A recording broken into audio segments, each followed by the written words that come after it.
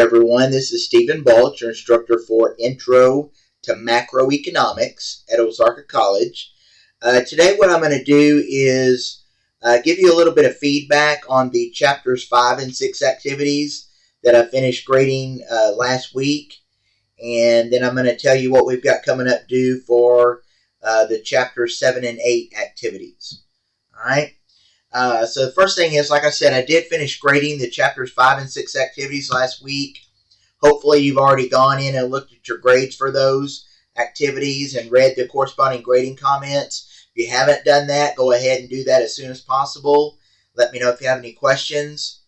Overall, most of you did extremely well on the chapters 5 and 6 activities.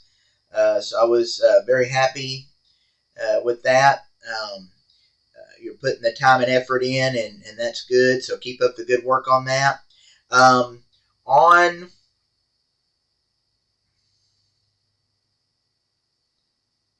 the chapter 5 and 6 assignment, question 3, some of you didn't give examples of each type of economic indicator. So I had to count some points off for that. So just always keep in mind that when you are reading through the questions, most of the questions are going to have multiple parts. And so make sure that you're answering each part of each question. So, yeah, on assignment 3, some of you just defined the various economic indicators, but you didn't give examples of each one. All right. And then on assignment question 4, some of you listed but didn't fully explain the components of aggregate expenditure. Okay. Of course, the components are consumption, investment, government spending, and net exports. Okay, which are basically exports minus imports. And what I wanted you to do on that is define each one of those. A lot of you listed those, but you didn't actually define each one. So just kind of keep that in mind. Make sure you're answering each part of each question.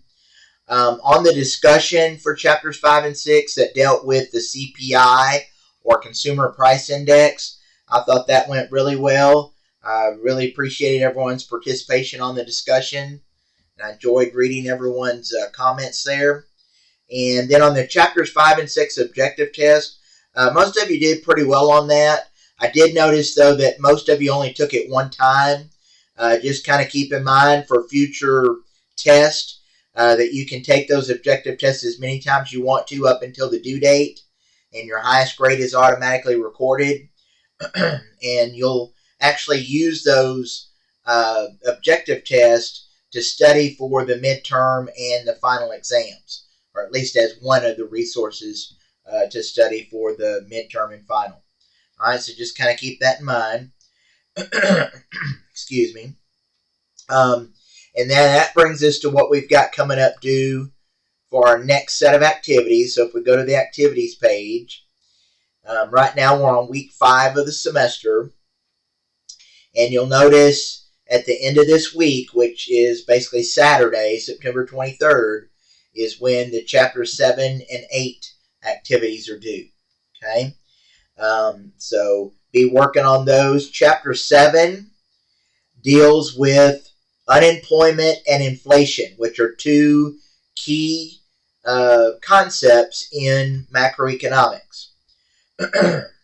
And, of course, they are directly related to 2 of the 3 goals as far as the management of the economy. The U.S. government basically has 3 goals when managing the economy that we've talked about, and 2 of those have to do with unemployment and inflation. So it's very important, and basically you'll learn about different types of unemployment, and you'll learn about the unemployment compensation program.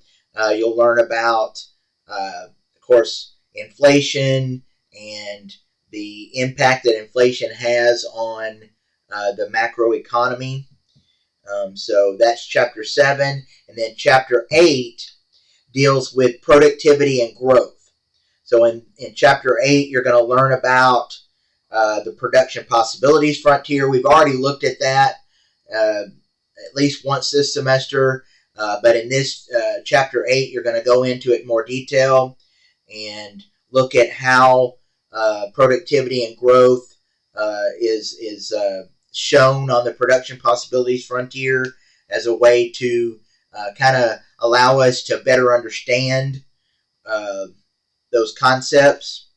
And in chapter 8, we're going to basically be looking at the factors which impact economic productivity and growth, and also the methods that we can use to measure economic productivity and growth. Of course, we've talked about one of those, which is GDP, and there'll be some other ones that are discussed in chapter 8 there. And keep in mind that the topics that we're looking at in chapter 7 and 8 are going to lay the groundwork for a lot of the topics that we're going to talk about the rest of this semester. So it's very important to take the time to understand chapters 7 and 8 because you will use the concepts and the information provided in these chapters in later chapters. Okay? And just remember, as you're working through these activities, make sure that you're making use of all the available resources, including the textbook, the videos, PowerPoint slides. So be working on that. Don't wait until Saturday to get started on these set of activities, because